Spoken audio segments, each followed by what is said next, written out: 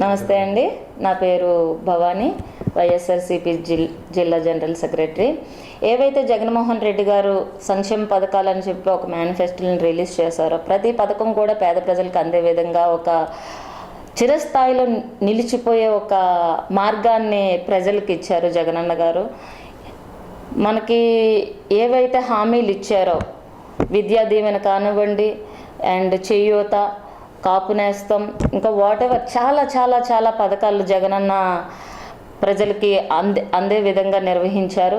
ఈసీకి టీడీపీ వాళ్ళు, జనసేన వాళ్ళు కంప్లైంట్ ఇచ్చినా కూడా, అధికారంలో లేకపోయినా కూడా రీసెంట్గా చూస్తున్నాం, లేదు నేను ఇచ్చిన మాట తప్పకూడదు అని చెప్పి ఆ అమౌంట్ని పేద ప్రజలకు అందే విధంగా చేయూత కానివ్వండి, విద్యా దీవెన కూడా జగనన్న గారు ఇచ్చే రీతిని మనం చూస్తున్నాం. ఇలాంటి పరిపాలన ప్రతి పేద ప్రజలకు అందాలి. నెక్స్ట్ ఇంకేంటంటే, ఇప్పుడే ఇంత చేశారు, కరోనా వచ్చినా కూడా పరిపాలన ఎక్కడ ఆగకుండా ప్రతి మనిషికి, ప్రతి ఇంటికి ఇచ్చిన మాట చేరే విధంగా వాళ్ళకి నేనున్నాను, ఒక అన్నగా, ఒక తమ్ముడిగా, ఒక మేనమామగా, ఒక కొడుకుగా నేనున్నాను అని ఏదైతే జగన్మోహన్ రెడ్డి గారు నమ్మారో, ఆ విధంగా వాళ్ళ ఇంటిలో ప్రతి అవసరతను తీర్చే విధంగా ఆయన ఇచ్చే సంక్షేమ పథకాలు వాళ్ళు అందుకొని వాళ్ళ లైఫ్లో కానివ్వండి, వాళ్ళ పిల్లల జీవితాల్లో కానివ్వండి, నేను ఒక ఇంటిలో మనిషిగా నేను ఉండాలి, వాళ్ళ జీవితాలు బాగుపడాలనే ఆలోచనతో జగన్ గారు చేసిన ప్రతి పథకం కూడా నిజంగా చాలా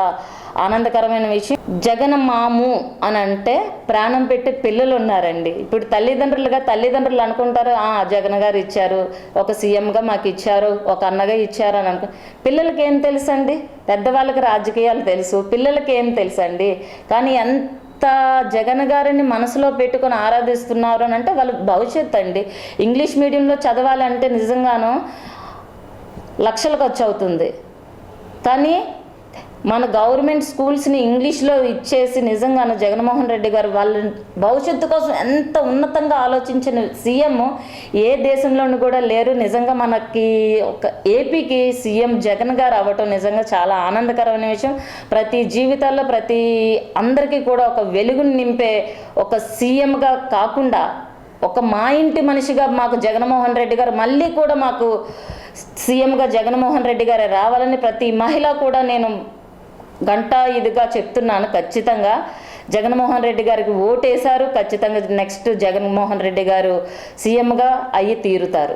వైజాగ్ని క్యాపిటల్ అని అంటున్నారు, మనకి నిజంగా పరిపాలనా రాజధాని వైజాగ్ కనుక అయ్యి ఉంటే ఇప్పుడు చాలా చూడండి కంపెనీస్ వచ్చాయి. ఎలాంటి కంపెనీస్ తీసుకొచ్చారు జగన్మోహన్ రెడ్డి గారు?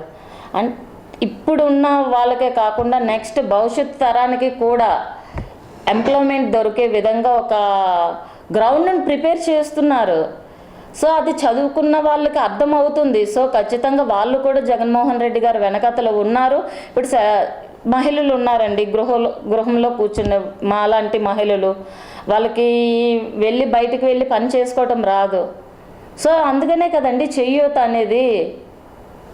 అంటే ఆ డబ్బుతోని వీళ్ళు ఏదో ఒకటి ఉపాధి కల్పించుకునే విధంగా ఉంటారు అన్న ఒక ఆసరా. ఎలాంటివి ఉన్నాయండి?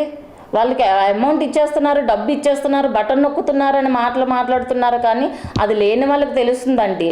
ఆ చేతిలోకి ఆ డబ్బు వచ్చే విధానాన్ని బట్టి వాళ్ళు ఏ విధంగా ఇంట్లో ఉపాధి చేసుకొని ఏ విధంగా వెళ్ళాలి అన్న ఆలోచనతో ఉన్నారు మహిళలు. ఇప్పుడు ఏం లేదండి, సింపుల్గా నాకు ఒక 18,000 జగనన్న గారు వేశారు అనుకోండి, ఒక 10,000 పెట్టి ఒక చిన్న సారీస్ తెచ్చుకొని ఇంట్లో కూర్చొని మహిళలు బిజినెస్ చేసుకుంటున్నారు. ఒకసారి చూడండి ఎలా సంపాదించాలి, ఎలా బయటికి వెళ్ళే కాదండి, మహిళలు ఇంట్లో ఉండి వాళ్ళు సెల్ఫ్గా అమౌంట్ సంపాదించుకోవడానికి నిజంగా జగన్మోహన్ రెడ్డి గారు చేస్తున్నారండి. ఇది పర్టికులర్గా అది ఎవరు చెప్పవసరం లేదు, కానీ ఏదో బురద జల్లే కార్యక్రమం అంతే జగన్మోహన్ రెడ్డి గారి మీద. ఇంకా డెవలప్ చేస్తారండి, చాలా కంపెనీస్ ఇంకా వస్తాయి. ఎన్ని సదస్సులు పెట్టారండి? ఎవరి కోసం? ప్రజలు రావాలి అంటే ఇప్పుడు మన దేశంలో ఉండే వాళ్ళు పక్క దేశంలోకి వెళ్ళి అక్కడ ఉద్యోగాలు చేస్తున్నారు. అది కాదు జగన్ గారు కోరుకునేది. అక్కడి నుంచి వచ్చి ఇక్కడ కూడా చేసే విధంగా డెవలప్ చేసే రోజులు ఇంకా ఉన్నాయండి. మనం ఇంకా ఛాన్స్ ఇవ్వాలి. ఖచ్చితంగా డెవలప్ చేస్తారని ప్రజలందరూ కూడా నమ్ముతున్నారు. ఆ విశ్వాసం మాకు కూడా ఉంది. నెక్స్ట్ జగన్ గారే 100% సీఎం అయ్యి ఉంటారండి. ఎవరు మాట్లాడుతున్నారండి ఈ మాటలన్నీ? నిజంగా కళ్ళు మూసుకొని ఉన్నారేమో ఒకసారి చూడమని చెప్పండి. ఎక్కడ డెవలప్ జరగలేదో ఫస్ట్ చెప్పమనండి. ఎక్కడ డెవలప్ జరగలేదు? ప్రతిదీ కూడా ఇక్కడ విశాఖపట్నాన్ని చక్కగా డెవలప్ అయ్యింది, మంచి మంచి కంపెనీస్ వస్తున్నాయి అంటే వాళ్ళు పెడితే వాళ్ళ సదస్సులు అవన్నీ పెట్టేసి మరి ఇప్పటివరకు ఇన్ని సంవత్సరాల్లోనే ఏ ఒక్క ఇది తీసుకొచ్చారు చెప్పండి వైజాగ్కి? జగన్మోహన్ రెడ్డి గారు వచ్చాక ప్రతిదీ కూడా ఇక్కడ డెవలప్మెంట్ చాలా చాలా అద్భుతంగా జరిగిందండి. మాట్లాడుతూ ఉంటారు అంటే ఏదో ఒకటి మాట్లాడాలి. అతను ఏంచి మైక్ పట్టుకుని ఊగిపోతారు, ఇతను పాపం మైక్ పట్టుకోలేక నీరసంగా మాట్లాడుతున్నారు. చక్కగా ఉంది పరిపాలన, మంచిగా డెవలప్ అవుతుంది వైజాగ్. ఖచ్చితంగా నెక్స్ట్ రానున్న రోజుల్లో భవిష్యత్తు తరాలకు నిజంగా ఇంకా ఇంకా ఇంకా అభివృద్ధి చేసే విధంగా జగన్మోహన్ రెడ్డి గారి పాలన ఉంది. ఎందుకు జరగలేదండి? కళ్ళ ముందు కనబడుతుంది కదా, డెవలప్ జరగలేదని ఎలా మాట్లాడుతున్నారు? ఇప్పుడు ఐటీ కంపెనీస్ ఎక్కడి నుంచి వచ్చాయండి? ఇన్ఫోసిస్ అవన్నీ కూడాను, శాండీది అక్కడ అక్కడ అక్కడ అవన్నీ కంపెనీస్ ఎక్కడి నుంచి వచ్చాయి? డెవలప్ జరగలేదని ఎలా మాట్లాడుతున్నారు? ఖచ్చితంగా జరుగుతుందండి. ఇప్పుడు ఎన్ఏడి ఫ్లైఓవర్ ఉంది, ఎవరు వచ్చాక పూర్తి అయ్యిందండి? జగన్మోహన్ రెడ్డి గారు వచ్చాకే కదా. ఎంత అద్భుతంగా ఉంది, ప్రతిదీ అవుతుందండి, అవ్వకుండా ఎక్కడా లేదు. జగన్మోహన్ రెడ్డి గారు వచ్చిన తర్వాత ఇప్పుడు ఏవైతే మన ఆరోగ్యశ్రీలోని ఎన్ని వాటికి అండి ఒక దగ్గరగా ఒక 1000 ఉంటాయి అనుకుంటాను. ఎవరిచ్చారండి? 30 సంవత్సరాల్లో చంద్రబాబు నాయుడు చేశారా అండి? చెప్పండి. విద్యకు సంబంధించి అసలు గవర్నమెంట్ స్కూల్స్ ఇదివరకు మనం ఎలా చూసామండి? ఒక పాడుబడ్డ బంగ్లాలాగా. ఈరోజు చూడండి ఎంత కలర్ఫుల్గా ఉంటున్నాయో. అదే కలర్ఫుల్ వాళ్ళ జీవితాల్లో కూడా అలాగే ఉంటుందండి. ఏదైతే ఆరోగ్య విషయానికి వస్తే నిజంగా చెప్తున్నానండి, ఇన్నాళ్ళ 5 లక్షలు, ఇప్పుడు దాన్ని జగన్మోహన్ రెడ్డి గారు 25 లక్షల వరకు కూడా పెంచారు. అంటే ఒక నిరుపేదలో పుట్టి కూడా ఒక మంచి కార్పొరేట్ హాస్పిటల్స్లోని ట్రీట్మెంట్ పొంది చక్కగా ఆరోగ్యంగా ఇంటికి వెళ్ళే రోజుల్ని చూస్తున్నాము. ప్రతి వార్డు స్థాయిలోనూ కూడా మంచి మంచి హాస్పిటల్ పెట్టి జగన్మోహన్ రెడ్డి గారు పేద ప్రజలకి ఏ కష్టం వచ్చినా ఏది వెళ్ళినా వెంటనే ఎక్కడికో దూరంగా వెళ్ళేటట్టు కాకుండా అందుబాటులో ప్రతి వార్డు స్థాయిలోనూ కూడా మంచి హాస్పిటల్ని కూడా కట్టించడం పెట్టడం కూడా మనం చూసాము.